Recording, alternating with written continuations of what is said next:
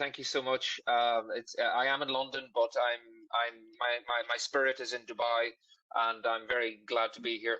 And I'm following a very tough act. Bill has covered a lot of ground, and it's been a treat to listen to him and his insight into the University of Wollongong, which we're all very familiar with. But I wasn't familiar with some of those stories, so really a real treat there. Thank you, Bill. But look, I don't have any slides, but my mini agenda for the next 15 minutes is I was going to, number one, give a sort of whistle stop tour of the key education markets in the Middle East, North Africa region. And then two, I'm going to look at opportunities as we see them for Australian education providers. And then finally, we're going to discuss some cultural and business considerations of doing business in this region. So without further ado, I just want to talk about the main education markets in the Middle East, and they are the UAE, Saudi Arabia, and Egypt. Within the UAE, we have, it's the most mature education market in the region. In the higher education space, we have over 100 institutions of varying sizes and various spaces on the quality spectrum, shall we say. So it's a very mature market, not a huge amount of room, I would say, for new institutions unless they're offering something that isn't currently offered in the market. And I'll talk about that later. Saudi Arabia is the next big thing. 80% of the K-12 population in the Middle East reside in Saudi Arabia. So it's by far the biggest market in that sense. It has been closed until 2018, essentially, to foreign direct investment in education, and there wasn't a huge amount of foreign operators in Saudi at either K-12 or higher education level. That's been changed as part of the Vision 2030 program that's initiated there. We're seeing movement of foreign operators into the K to 12 space. Higher education, not so much yet, but it is going to happen. The Saudi sort of leaning traditionally from an international perspective has been towards US more than, shall we say, maybe UK or other education influences. But from traveling there regularly, I can tell you that the regulators and the people that are responsible for bringing in foreign education and international education are keen to get quality operators from wherever they may be. But I can talk later a little bit about that. Egypt is the most populous country in the region, over 100 million people. Culturally, they place a huge emphasis on education. And, there's a tendency perhaps to think Egypt may not have the affordability of the Gulf countries for private education. But as Napoleon said, quantity has a quality all of its own. If you have 100 million people, you're going to have a percentage of those, which still equates to a very large number, that can afford private education. There's a neighborhood in Cairo where the average property price is $700,000, and there's 1 million people living there. So this is an opportunity, and we're seeing a lot of movement there. The Sisi government a few years ago announced that there would be no further Egyptian universities licensed unless they did a joint venture with a international leading 500 global university. So hence we've seen a lot of local universities going into academic collaboration agreements and joint venture agreements with international universities. And in fact, we've opened a few of them in Cairo. So that represents a huge opportunity, I would have thought, for Australian providers at the higher education level. There's also opportunities at the K-12 level. So that's the three main markets. I mean, I'll just mention Qatar briefly. Qatar, small market by population, quite significant by the institutions they have. They have the Qatar Foundation basically supports international campuses setting up there, or did support, I would say. There's no new ones being set up in the last 10 years. And the ones that are there are primarily US institutions that have been set up there. Not a market I would have thought would have been that would be of huge interest to Australian providers. And then within the UAE, we've spoken a lot about Dubai and the Wollongong experience, which is really interesting. But just to give you the other perspective, Abu Dhabi has gone down a different road. So Abu Dhabi, which is the other big emirate in out of the 7 emirates, um, has gone down almost the Qatar route, whereby they have attracted the Sorbonne University, INSEAD Management School, New York University, Abu Dhabi, and has supported them financially to set up in Abu Dhabi. Whereas Dubai have gone more of the um, not injecting funds into the institutions, but allowing them a platform to develop themselves by setting up these. Bill mentioned these education zones where you can set up, you can have 100% foreign ownership, but the government won't be putting in any money into the institution, unlike Abu Dhabi, the road Abu Dhabi went on. So just to mention that. But as regards opportunities for coming to the second part of the talk, opportunities for Australian education providers, most countries in the region have 5-year plans, national plans. Some of them are 10-year plans, and almost without exception, in all cases, education is front and center of all these plans as they seek to move away from reliance on hydrocarbons, oil and gas, and move up the value scale.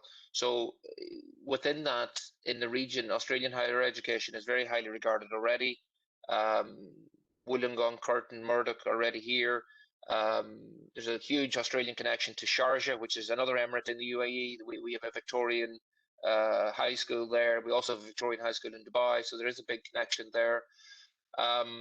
So certainly there are opportunities, and just from a regulatory point of view, just to explain, it is I don't know what the Australian Ministry of Education and the regulators are like, but I can tell you from my experience from my home country, our regulators aren't particularly nimble.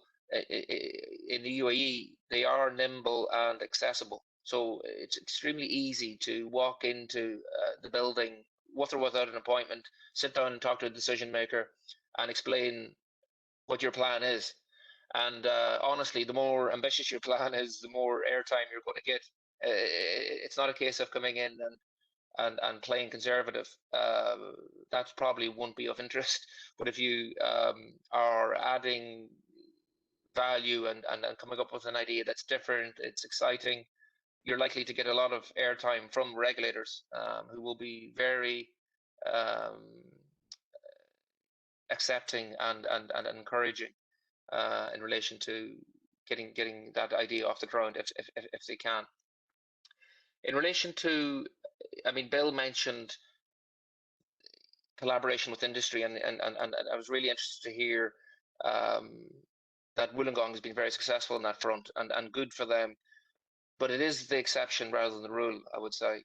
Most universities in the UAE, very little collaboration with industry.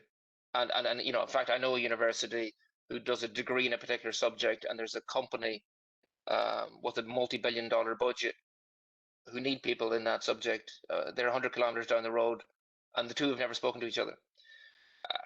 So I was intrigued by what Bill said, and kudos to Wollongong. But the reality is, most institutions come in here without doing a huge amount of due diligence as regards the industry nexus and where they could be plugging in. And when I say here, I don't mean just the UAE. I mean the region. And just to explain, we're not. The region isn't a sort of Soviet planned economy. However, the government has a huge influence, more than in Australia or Western countries. So we have these huge conglomerates. In Abu Dhabi, we've one called Mubadala, another one called ADQ. Both of them would have market capitalizations north of $100 billion. They have tens of thousands of employees. They're owned by the government. They operate as private, but there is this nexus. Saudi has the same, Egypt, all these countries have these type of businesses that just don't exist in Western liberal democracies. for various reasons. And the reason I mention that is that these businesses are generally under quite a bit of pressure to train their local employees and upskill them, and they also have huge budgets. They're also involved in cutting edge work and research. Some of them are involved in making the wingtips for the A380 and the Boeing 777, just by one example. So there's great opportunities, I think, that are currently untapped for education, particularly international education, to have conversations with the stakeholders here, including the regulators, but also including these businesses, and seeing can we set up something that would have maybe micro credentialing or vocational or applied or otherwise solutions for these companies, which are absolutely on a scale that's unimaginable compared to the size of the economy. So I do think there's an opportunity there. As regards to entering the market generally, obviously a lot of institutions would dip their toe in the market by way of an academic collaboration agreement, perhaps with another university in the region here, or signing an MOU. I mean, I would caution about MOUs. I've seen more MOUs floating around than would populate the Amazon rainforest as regards to paper production, and a lot of them don't seem to go anywhere or do anything. It seems to be framed or put in the filing cabinet. So I would question about going off and signing things like that. I think I would rather have one or two proper agreements with like-minded institutions rather than going around in a scattergun approach, which I've seen other international providers doing here. And the other thing I wanted to mention was PPP, public-private partnerships, which is now becoming the preferred delivery model for education at the K-12 level in Saudi, UAE, Qatar, Egypt, Oman as well.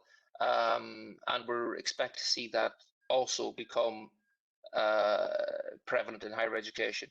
And I think it could be important for the likes of Australian providers, because they could plug into a consortium perhaps whereby they can help operate or give know-how rather than a bricks and mortar play, where they can add value as regards managing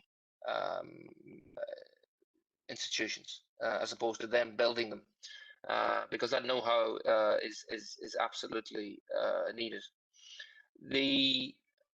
As regards doing business, sort of the final chunk of my presentation, as regards doing business here and cultural considerations, number one, do your homework, which means understanding the regulatory environment, the landscape, and specifically and particularly your local partner. So if you're going to business with a local family group in the region, you really need to do your due diligence and work out their track record in this sector, if they have a track record in this sector. You're likely to find when you arrive, a lot of people will say, that's a great idea, we want to work with you, and this is going to be great. But it's really important to work out whether you're talking to the actual decision maker who has power to bind that institution into yours, or whether it's somebody else who ultimately could be overruled after 6 months of negotiations by some other figure within the institution. This is absolutely critical. I've seen it happen umpteen times where things have reached the 11th hour, and then the real decision maker comes in and says, I don't like this, and hasn't been fully briefed on it. So it's absolutely critical that we get to understand who does have the decision making power. Oftentimes, when institutions from abroad come in here, they're not putting any money on the table. So they're coming in and they're saying to a local joint venture partner, we're going to bring you the know-how, the brand, the curriculum, all that nice stuff. We're not bringing any capital in. That's for you. And that conversation might go along the lines of, that's absolutely fine, no problem. And then again, 6 months down the line, when it comes to the crunch, your position might be viewed as a negotiating position, an opening negotiating position, subject to change, of which of course it probably isn't. So again, it's really important from day one to set out the red lines and establish that there will be no money on the table, no matter what, if that is the position. So for example, a lot of the schools that come in here from the UK are the registered charities in the UK, so they can't put a penny on the table. But it's really, really important that we establish those red lines at the start, that we're not putting any money on the table outside of the position. We are adding X, Y, Z, and we need to talk to somebody who has the power to make a decision, because we're not going to waste 6 to 12 months on this. The other thing I would say is, and Bill mentioned it, we need to be patient when we're building capacity in education. The streets are not paved with gold. There are great opportunities here, but it does require building relationships, and that's going to take time. Thankfully, some Australian providers have been here and have paved the way, so to speak. Australia is highly regarded within the education sector, so it's not as if you're starting from scratch. But it does require patience, and also requires, it can't be done remotely, frankly. You can't. I had a skills group telling me from the United States that they wanted me to help them set up entirely remotely. This is pre-COVID, that they weren't going to travel to the region. And I said, well, look, you might as well forget it, because, I mean, no one's going to take you seriously if you're not physically turning up and meeting regulators. Don't just forget about it. You're wasting your time. You have to come and show that level of interest and engagement. I've covered the main things that I wanted to cover. I hope it was of some help, and thank you for the opportunity to present today.